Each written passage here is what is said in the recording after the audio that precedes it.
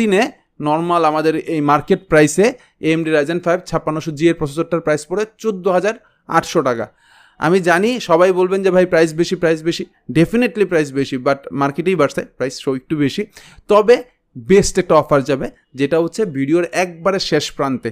তখন মনে হবে কি প্রসেসরের দাম তো পড়ছে ভাই 10,500 টাকা, এরকম ফিল আসবে। সেই জন্য পুরো ভিডিওটা আপনারা একটু সাথে থাকবেন। তারপর হচ্ছে মাদারবোর্ড হিসেবে আর একটা জাতীয় প্রোডাক্ট নিচ্ছি, বাংলাদেশের এটা জাতীয় প্রোডাক্ট হয়ে গেছে already, MSI B450A Pro Max 2। Official এই মাদারবোর্ডটা 2টা র্যাম স্লট থাকে, একটা NVMe স্লট থাকে, 3 বছরের অফিসিয়াল ওয়ারেন্টি থাকে।